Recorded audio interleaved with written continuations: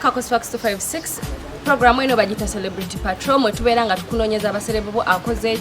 kikyaliko ku ssaawa eno mu lockdown tugenda beera nga tubakunoonyeza amanya gange Rosemary n'abannange twagala beera nga tusaasira bonna abavuddwako abantu baabwe abaagalwa abayimbi n'abatali bayimbi abantu muli bangi naye mukama abagumye ekiseera kino kye tulimu abantu abamu ajjeko n'amasimu oluwulira nti gundi ali mu ddwaliro toyagala kumanya biddako woba otya ekiddako naye twesabire nga wetwekumya kubanga ne mmaze nga temundaba mikwano wendi nkomyewo mu bantu bensasira nyongero sasira family yange nyongero sasira daddy wange my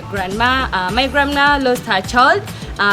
within 2 weeks na losing ne bawe so nyongero basasira ne nyongero sasira daddy wange nkwagala nnyo ndi wamu naawe yafiiridwako daddy we oyo abajjajja wange ku Father's Day nyini lunaku jjajjanga yatuva ku maaso naye nga tuli wamu namwe mwenna abafiiriddwa mukama ayongera obbagumya mikwano twesabire nga wetwegumya kuba gye tulaga katonda yekka yamanyi ate katonda yamanyi ensonga lwaki bino byonna bitufamu B2C Mr. Lee yaviiriddwako maama we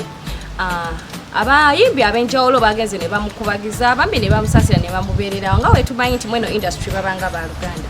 naye ekyewunyisiza abantu abamu Rema Namakula gwe tubadde tusuubira nti she's one of the friends to the B2C tetwamulabyeko abantu ne beebuuza obuzibu buva ku Hamza nti yamugana okwasosietinga n'abantu kuba nti singa yabadde Kenzo osanga nti yewe yandibuze mmotoka ye yandisiza busandarao ne bamugamba Eddie Kenzo yitawo kanakambata naye Hamza ate naye essential worker kati obuzibu buvaawa Rema kyewakozeemu si kirungi ffe manyanga nga ba Facebook in-laws ba complaining nga mukwano wandibeereddewo bakyaliibo kati baba atuseeyo bakoze batatwalabeyo abayimbi bangi ab'enjawulo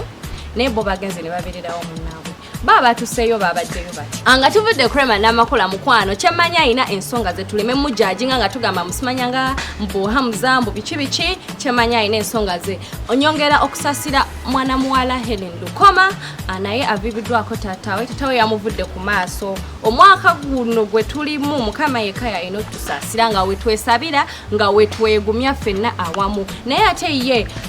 Leila Kayondo terumutumidde mwana nasalawo abeererewo mukwano gwe they've been friends for a long period of time era nga wetubadde tukisuubira bambi Leila Kayondo agenze n'abeererawo kyali olw'okuviirwako omuzaddewo omanyi okubanga omuntu abadde close naawe kintu si kyangu omuntu nga taata ye muntu afa n'ogamba mukama katonda wajjenda gafeino oyinza obanga oli mukulu naye tetumanyi omuzadde kyeki abakitegeera naye nga mukama katonda akugomye Helen Lukoma saako ne family yo tukwagala nnyo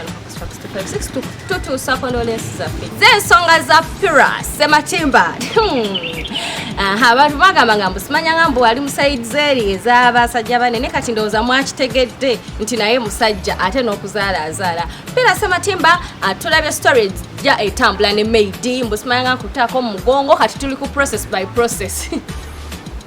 omukazi bamukwata process by process ate Pira Sematimba mbu amanye engeri y'okukwatamu abantu abali naive kati ng'ono omukyala munnange omukyala yali naive ne bamugamba kutta mu mugongo nakkiriranga ne mugongo akoze ekyamaze okutta ng'akuse mu bitundu ebirala naye ng'abantu bangi muvuddeyo nga mujajinga Pira Sematimba naye nga mmwe mulowooza ye lwaki temumuleka nannyonnyola yabagambye oli teyali maid yali mukyala we naye mmwe mukiremedde ekyokubako maid wabula ye mama Fiina nga wamumanyi terwamutumidde mwana n'agamba omukyala yenna aliyo ng'owulira Pira Sematimba oyagala abeere ng'akubeera ku kiro ku lususu ng'omufumbirwa emyaka gyonna gy'osigaza ku nsi genda gy'ali amukulungire abeere nga talaba abakazi balala nga bamaidi abagenda omukuta mugongo aba process by process tagenda bbanga abafuda okitegeera ate ye ne Pastor Sempa omanyi Pastor Sempa tetumanyi nnyo byakola naye ye abeerawo okubeera nga advising abapasita bane ababeera bakoze ensobi Pastor Sematimba yavuddeyo Pastor Sempa yavuddeyo n'agamba Pastor Sematimba mukwano kye watukoze si kituufu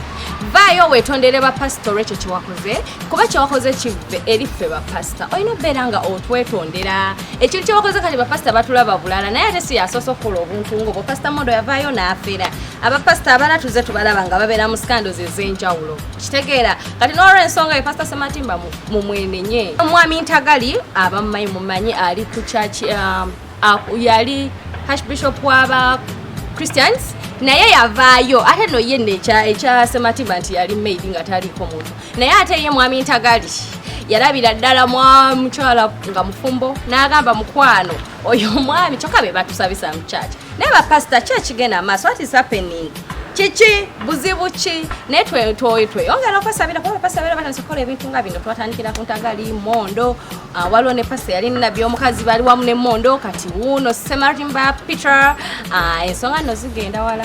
songa zigenda zoononeka wabula twongera okubeera nga tubajjukiza okusubscribing sharing bambi tubagala nnyo ngenda beera nga nnyongera ne story ya Rabadaba yavudde yawo n'abuukira full figure maine full figure naita tudeka Rabadaba bali omunonya koche nabukira full figure natugamba ngai wali omwana wa mwami mwana wa mugagga yakubira mu kikomera naye nga musical yagana naye ati yavudde n'agamba I'm coming back akomawo na lo anti yafunye ageno musamu sente wakati ye manager oba mukyala mbu yafunye omukyala n'asetoninga nayenze ku ndabe yange ku ngeri magi jaina mwaka sente yali oteka mu bayimbi sente kuba tulaba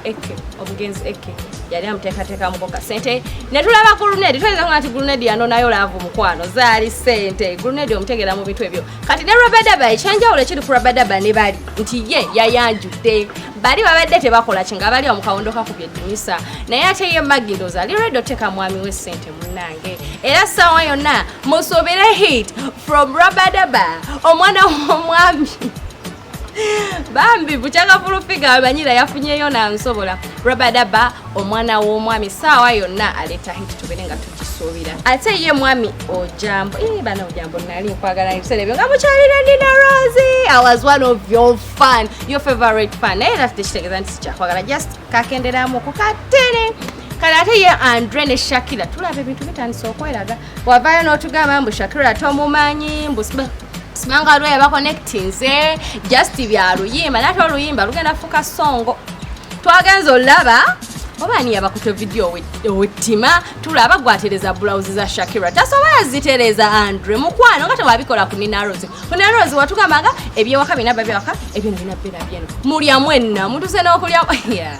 naye ate lwakuba Shakira watumazemu amanyi it's okay bera nga njira katatu mbaye avayo natugamba we are dating with that Andre Nina Rosie nga yebo atugamba omwami wange omulungi it's okay you can tell us he's my boyfriend bae mu kwebikirira to malo tugambe yeah we are dating okitegeera mukwano it's okay if you love someone you can be open fere tukuina kwa buzibu okitegeera ba mu byo tulimba simanga mu it's a video shoot smart wabade tukola rehearsal twakakola rehearsal fabakola rehearsal tetuzimanyi tumanyi rehearsal mukwano muve mu tulimba if you're dating who tell us tetukuina kwa buzibu Bafana yakomyewo tulaba mpeke is a good song with Palaso naye ate naye yagambye ze sijja dutumira mwana sigenda sigala nga nkola I have to come back yakomyewo n'oluyimba olupya lutambuzi naye mbuzi mukwano yazenga ddala mbuzi yassa n'atukuba video everyone was like Father Lukodo aliwo omayi Father Lukodo yatera ovaayo n'ayogera ku bayimbi nga bano n'ayogera ku search videos bana eri video mukwano ng'omwana wo teweetaaga agirabe okitegeera ng'abaana bambadde obuntu ng'abaana batulaze ebintu muyina ebintu naye mubikuume abaana nammwe mwoyo ku kitiibwa tokkiriza kukola kintu ng'ekyo kati nza kulaba nkulowooleza ki okitegeera omayi tulina ebintu byetera olowooleza aba vixen naye being it nti ziza Bafana yakoze luno oluyimba some of us were not surprised reason being nti ennyimba za Bafana tuze tuzirabanga ye ayagala nnyo ebintu byoteekamu bamaama okitegeera nti ayagala nnyo omukazi ng'alaga China when you're shaking what your mama gave you omulage nti Katonda nze yampa kino ne mama nampa kino okitegeera so tulabyewo ennyimba za Bafana nga akalulu bamugiraba pomini so this song was known so surprising to some of us abaze bagoberera ziza Bafana naye ate yamaze ekiseera n'agamba nti ndowooza engeri abantu jamu attacking nze ne muyita Father Lukodo ajabeeko kyayogera so he was like let me change the video n'addayo n'akola video endala lwakubanga abantu mulowooza nti Bafana is not going to come back just because yayawukana ne manager Roger kusaawa eno yakola ne Spice Dana naye abamu mugamba mbu engeri Spice Dana gyali waggulu so you're like mbu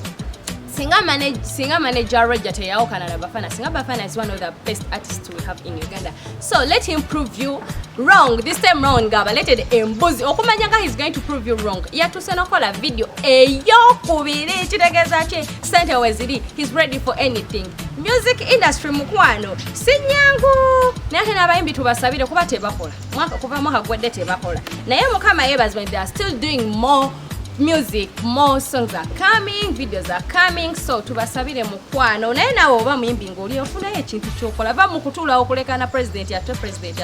okozeewo ki amannya gange nsigadde nze Rosemary Nakapos Fax 256 mwena abasubscribing nga abasingira ddala okola ekyamaanyi abaviewinga ate abasinde ddala mwe abasinga otuteeka we tuli mubwebale nnyo mweraba